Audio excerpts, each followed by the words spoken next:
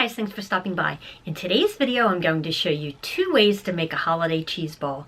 If that sounds interesting to you, then just keep watching. Now, you may have noticed that my hair looks different yet again. One of my lovely viewers, her name is Sharon, and Sharon, if you're watching, hi Sharon. Sharon suggested that I try my bangs in a side sweep, so I'm training them to do that. I have a natural cowlick right here, and I do think Sharon is onto something because with the natural thickness and texture of my hair, the side swept bang is actually the easiest one for me to do. But I digress, back to the cheese ball. I am going to put the recipe for both cheese balls in the description box below. Feel free to skip around this video. Also, if you would like to see more cooking videos, let me know in the comments. I have a ton of quick and easy recipes that I make all of the time that I'd be happy to share with you. My name is Teresa. I'm so glad that you're here. Now let's go to the kitchen. Today we're going to make a holiday cheese ball 2 ways. I have been using this particular base recipe for cheese balls for years. It is a crowd pleaser. I'm going to show you a simple version where we just roll it in chopped pecans, and I'm also going to show it in a showstopper. I'm going to show you the Igloo and Penguin version, so I'll show you what we're going to need. Obviously, we're going to need a bowl, 2 8-ounce packages of cream cheese, and I have had this sitting out at room temperature for approximately 1 hour. We are also going to need pineapple. Really happy with this great value pineapple. You can use either the pineapple tidbits or the one that says crushed. I have found that I can find the tidbits in the smaller can, but let me show you how the crushed comes. When it comes to the pineapple, you do want to drain it very well. I will typically drain it into a glass and drink the pineapple juice. That's just me. And then I will take the pineapple and press it dry on paper towels because we don't want to make the cheese ball any looser than it needs to be or make it watery. We are also going to need some chopped pecans, and this is honestly the most expensive thing that goes into this. So of course I buy the store brand, and I find that these work just as well as the more expensive ones. I picked these right up at Walmart. We're also going to need some frill picks. These have green and red and yellow and blue tips on them. You can get these just about anywhere. They come in a big package. There's at least 200 in a box. They're very inexpensive, and you'll see where we use these later on. We're also going to need 1 small carrot. I have peeled this one ahead of time. If you use baby carrots, you can also do the same thing that I'll show you with this regular size carrot. I just happen to have regular carrots in my house, so this is what I'm going to use. We're also going to use some scallions. My family happens to like onions, and this is definitely an optional ingredient. If your family isn't that big on onions, you can leave it out. You can also use finely minced white onions or finely minced red onions, and that actually adds a nice color. I like to use scallions for both the flavor and the color in this particular cheese ball. We're also going to need 2 different sizes of pitted black olives. Now, it has been my experience that a lot of people don't like black olives. I personally love them. And bear in mind that this is not going into the cheese ball. This is for a garnish, which you will see a little bit later. So if your family isn't big on black olives, I wouldn't worry about it too much. But it is really important for the penguins to have the black olives. All you want to do is pick 2 contrasting sizes. So in this case, I picked up a can, again, store brand, of small black olives, and then I picked up the extra large, and you'll see why that's important in just a few moments. Another optional ingredient is some edible greenery, and this is for the Igloo and the Penguin vignette. You can use parsley, you can use rosemary. It's also nice to have an assortment of crackers, and everyone has their favorite. The only tip I want to give you is you want to go with a sturdy cracker.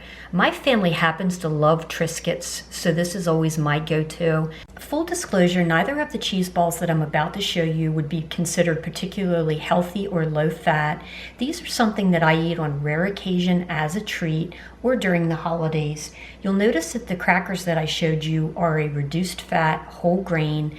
Typically we eat healthy about 90% of the time, and something like this is really going to be a splurge for us. We're going to start with the cream cheese. I can tell that this is properly softened because it has a good bit of give to it, and that's going to help us to form the cheese ball. The cream cheese is softened just enough that I can just flip it over in the foil and put it directly into the bowl. and we'll add the rest of the ingredient.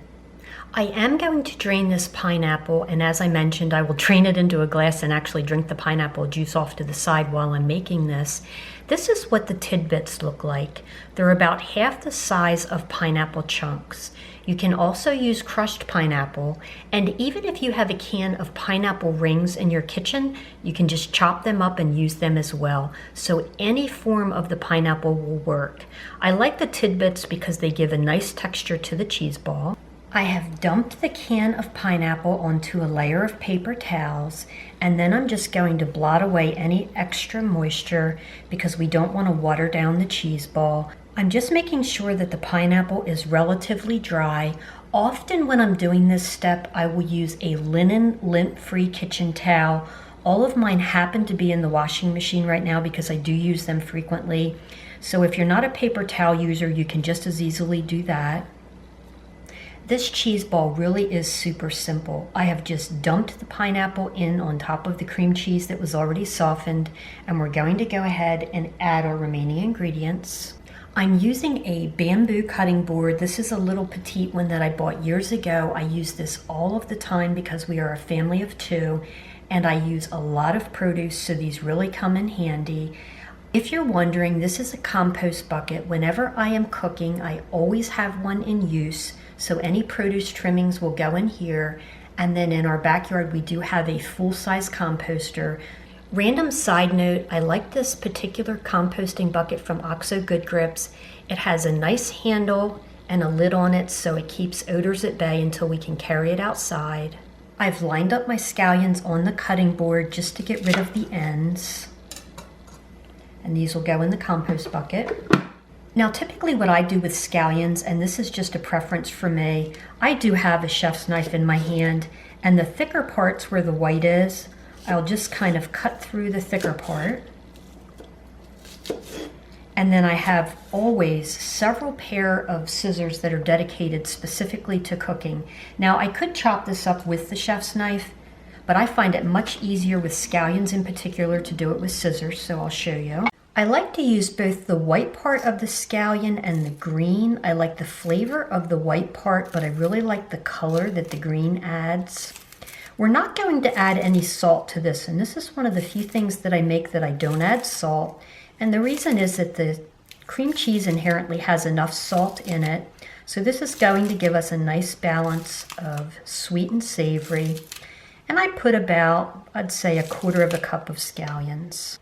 So now we're going to take a firm rubber spatula because we're basically just going to mash these ingredients together. So all I'm doing is folding these ingredients together, and you can see how soft the cream cheese is by how easily this is stirring in. And this is pretty evenly mixed, and again, it doesn't have to be precise, so we'll go on to the next step. I've pulled out a second bowl from my cupboard, and this is kind of a small bowl with a domed shape, and this is what's going to shape the igloo. So here I've lined a bowl with saran wrap, and I'm going to take the cheese ball mixture and just scrape it into this second smaller bowl. Once you have the cream cheese mixture into the smaller bowl that's lined in saran wrap, you just want to press it so that you're getting out any air bubbles, and you can see that the pineapple and the scallion is pretty evenly distributed. And full disclosure, I have that spatula off to the side because I am going to scrape that onto a cracker because I can't wait to taste this. But meanwhile, I'm going to take a piece of waxed paper and put it over the surface of this. We want to make sure that it is airtight so that it doesn't change color, and also it's going to help to further press this into its shape. And then just to keep things simple, I'm going to go ahead and fold in both the waxed paper and the saran wrap. You can just as easily, if you don't have waxed paper in your house, you can just press the saran wrap in. I find that it tends to stick to it more than the waxed paper, which is why I do this layer in waxed paper. So here we have the waxed paper folded in, and then I'm just going to come in on top of that with the saran wrap.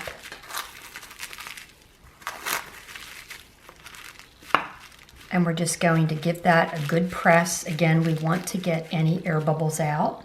I'm showing you the bottom of the bowl, and the reason that I used a clear bowl was for this purpose. And you can see that the dome for our igloo is nicely forming. This is going to go in the refrigerator for at least an hour so that this gets nice and solid, and then we'll proceed with the rest. I have the carrot on the cutting board, and I'm just cutting this into discs. So these carrot discs, and again, you can also use baby carrots, are going to be the feet and the beak of the penguin. So let me show you. I'm going to take one of the carrot discs and I'm just going to cut a V-notch. And this is going to be two components of our penguin. So this is going to be the feet of the penguin, and then the little triangle that came out of the center is actually going to be the beak. I do find that once you cut out the notch for the beak, that it's helpful to make the beak part thinner. So we can technically get two noses out of this, and you'll see why in just a moment. I now have in my hand the larger of the two black olives. The center of the black olive will be stuffed with softened cream cheese. We will smooth it out, and that will give the penguin the classic tuxedo look. And all I'm doing is removing a small section, and I'll bring this up closer to the camera and show you. But it's only about that big. So this is the part where we're going to fill with cream cheese. I got out the second package of cream cheese that has also been softening. I happen to have a random baby spoon in my house. You can use anything that you want. I find that the size of this works well for this. And the trick is to just not tear the olive. So I'm just dipping my finger in and smoothing out the edges. Now I have one of the smaller black olives in my hand, and I'm just going to take a paring knife and put a tiny slit horizontally, and this is going to be the penguin's head. So I'm going to just put a little slit. Now we have the small olive, and we have the tiny little beak that we made from the carrot, the same piece of carrot that we made the feet with, and we're going to place that in, and that gives the penguin its head. And here are the components. So we have our little penguin head, our body, our feet, and I've pulled one of the frill picks. The way we assemble these is we're going to take the penguin body and sit it right on top of the little feet, and then we're going to take the head and put it on the top. And now you'll notice that the frill pick is a good bit taller than my little penguin, and depending on the size olives that you have, all you want to do is line up the top of the frill pick. So I'm going to take a pair of kitchen scissors. I've pulled another pair because I just threw the other ones in the sink. And I'm going to cut about an inch off of the frill pick. And now we can complete the penguin and just hold him gently in place and push through. Now, because this is also an edible appetizer for people that like black olives, I left a little bit of room so that it serves as a handle. So here's this little guy, and we're going to see this in the final vignette. I'm going to make several more, and then we'll come back and do the final assembly. So now these penguins need somewhere to live, so we're going to get our cheese ball out of the refrigerator, and we're going to make them a little village and an igloo. If I'm taking the igloo cheese ball to a party, I will just line up all the penguins in a container with a paper towel underneath. I do recommend that you just make these a couple of hours before. If you make them the night before, sometimes the coloring from the olive will bleed into the cream cheese and mess up your perfectly white tuxedo. So I always make the penguins the day that the dish is going to be served. So I would take this to the party as well as the village, and then just quickly stand the penguins up once I arrive.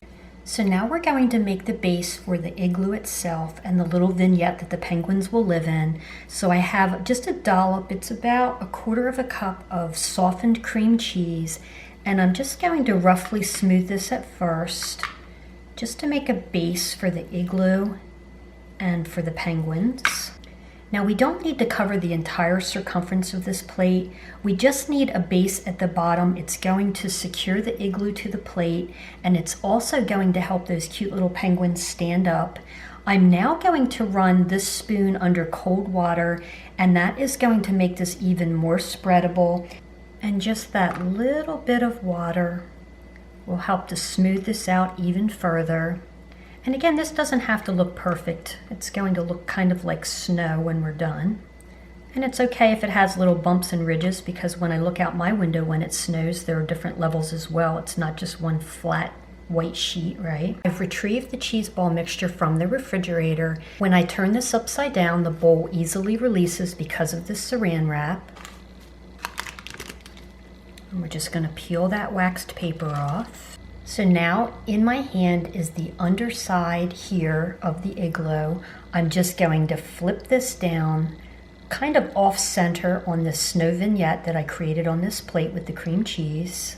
So I pulled the saran wrap away from the edges a little bit to make it release easier. I find that it's easier to take the plate that we have our cream cheese base on, to have the plate actually meet up with the cheese ball and then just flip it right over and then remove the saran wrap. So if there are any imperfections in our shape, you just take a spoon and just smooth it out. So I can see a little piece of pineapple was sticking out there and I wanted to fix that. And this is the outline of our igloo. So I want to make a doorway right about here. So I've stuck a spoon about 2 inches in, and then I'm going to take a paring knife and just carve out this area. And this is going to be the igloo opening. And we'll pretty this up in just a moment, but for now I'm going to take this part out. Fun fact, if you're the cook, you get to eat this on a cracker. It's why I love to make the doorway, because I get to taste the cheese ball. And then you can take a spoon or an offset spatula and just smooth this out. Now we're going to take the same cream cheese that we have been working with, and we're essentially going to ice the outside of the igloo. And you just want to be slow and gentle with this, because you don't want to pull up the onion and the pineapple underneath. And just using a little bit of cream cheese at a time. And because this takes a few moments, I am going to come back in just a second. So I've done a rough icing with the cream cheese, and we're going to finesse it in just a moment. You just want to get it as even as possible, and again, it doesn't have to be perfect. I've put the remaining softened cream cheese in a little dish. We'll use this for a little bit of patchwork at the end. So for right now, I have 3, let's call them cream cheese bricks, cut out. So we want to have 2 sides and a roof to the doorway to the igloo. And we're going to do that very easily by cutting the cream cheese bricks. I'm keeping the center one whole because that's going to be our roof. Now I've made these a lot of times, but I've never done this facing away from me, but we're going to see how this goes. And I do apologize if any of these angles are atrocious. I cook a lot, but I don't film cooking. So I'm going to take the bricks and start to build out the front of the igloo. And if any of your little bricks are misshapen, you can just reshape them with your fingers. So now I have 3 oblong bricks on both sides of the doorway. And then I'm going to shore up the roof. I'm going to put a 4th brick behind each of those. If you happen to have an offset spatula, you can just lift this top brick right up with it, or you can use a butter knife. And I'm just going to take this and plop it on top, and then we're going to smooth it into place. And then you can shape it to fit the doorway. And just smooth the top. And when you get done that, it's going to look something like this. Now we're going to take a toothpick. Now I happen to have frill picks sitting here from when I made the penguins, so I'm going to use that. And all I'm doing is scoring the snow because I want it to look like bricks. Because we built these bricks individually, and I don't want the rest of the igloo to look too flat. So this is going to give it some texture. And I'm going to come in a circular motion, because that's my understanding of how real igloos are made. And just making it roughly look like snow bricks. I like to use a frill pick as a flag topper for the igloo, so you can stick one right in the center if you like. And now we're going to add our penguin family. So these guys have been hanging out in the fridge for a while. And I'm just going to stick them in a random pattern. Maybe there's a couple of them having a conversation over here. And what's cool about their heads being on frill picks is you can actually turn them so that they look like they're speaking to each other if you like.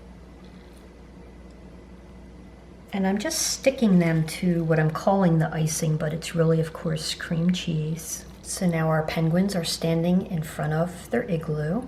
And then if you want to add some greenery, even though this is a snow scene, but just to make it look more appealing in general, you can take parsley. Rosemary is a great choice because it actually looks like pine needles.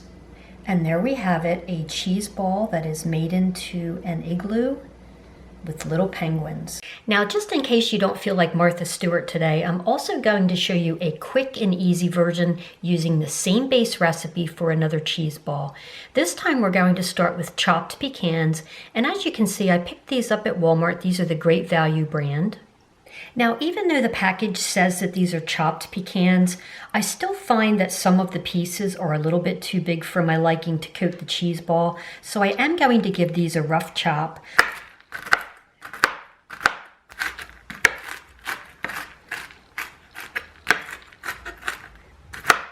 And this doesn't have to be perfect. I really just wanted to get rid of the especially large pieces. And just as a point of reference, this is roughly 1.5 cups of chopped pecans. Just like with the first recipe, I went ahead and pressed the cheese ball mixture into a dome-shaped bowl with saran wrap underneath of it and a layer of waxed paper on the top.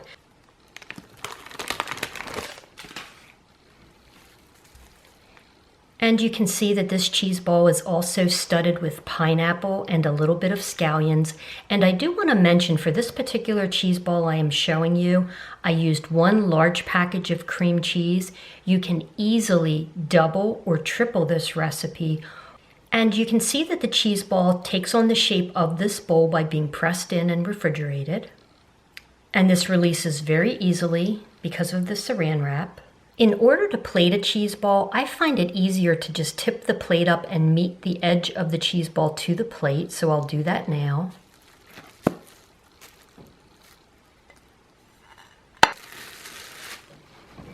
Now, I would like to say that I have a fancy pants way of doing this. Not gonna lie, I just kind of rain them over the cheese ball. So this gets it started, and then I'm just going to press them in. The pecans are going to stick very easily to the cream cheese, and all I do is pick up a handful and kind of press them in any area that is not coated. In order to serve, all you're going to do is add some of your favorite sturdy crackers. My family happens to like Triscuits, but any sturdy cracker will do.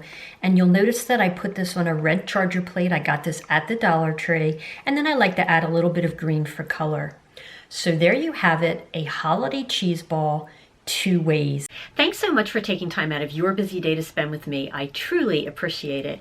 If you liked this video, please give it a thumbs up and also consider hitting that subscribe and notification bell. That way you'll see my future videos. Until next time, bye guys.